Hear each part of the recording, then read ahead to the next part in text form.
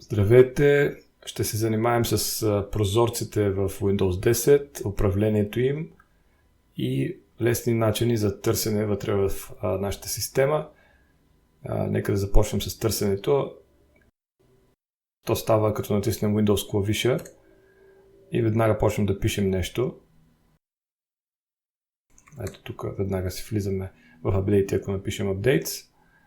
Това е единия начин. Другия начин, който е по-задълбочен, вече ако си изберем от File Explorer някоя папка, примерно десктоп, и вътре в нея можем да търсим, както при браузърите от тая иконка, просто пишем нещо, което ни интересува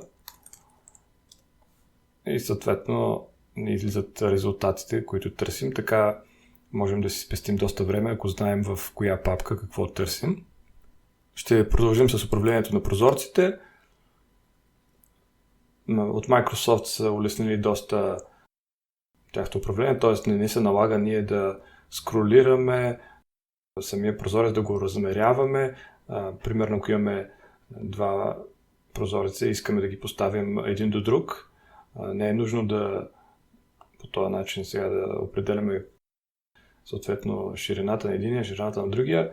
Просто хващаме единия прозорец, натискаме Windows клавиша и с стрелките наляво надясно го позиционираме от лявата или дясната страна, автоматически се позиционира. Ако натиснем нагоре, съответно той взема full screen, надолу се скрива. Всичко това става като държим едновременно Windows клавиша. Ако желаем един прозорец да остане само той на екрана, т.е. другите да се минимизират, просто го хващаме за главната част и леко го разтърсваме и ето виждаме, че остана само той върху десктопа. Ако го поставим така горе, виждаме този правоъгълник, който се образува, означава, че прозорецът ще вземе целия екран.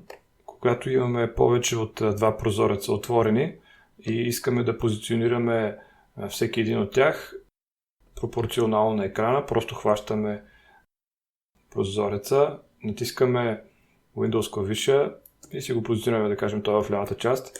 Ще видим, че ни се дава предложение за останалите прозорци, къде да ги позиционираме. Просто кликваме на един от тях, той се позиционира в останалата част на екрана.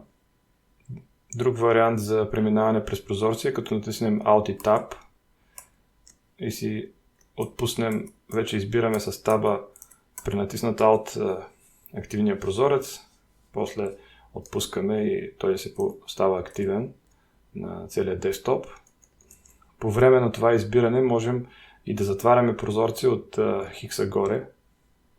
Още веднъж, ако имаме много отворени прозорци, които ни попречват да видим какво имаме на десктопа, а искаме да го използваме, в най-долния десен ъгъл има една лентичка, която когато я натиснем, всъщност изпълнява ролята на Show Desktop и показва десктопа. Сега ще покажем един инструмент, който е Snipping Tool и е вграден в Windows 10. Той ни дава възможност да вземаме скриншотове или части от екрана, да ги запазваме като файлове. Много е удобен, просто избираме какъв режим искаме да вземем, каква част от екрана да вземем, целия прозорец, част от него или ние да си изберем каква форма да вземем.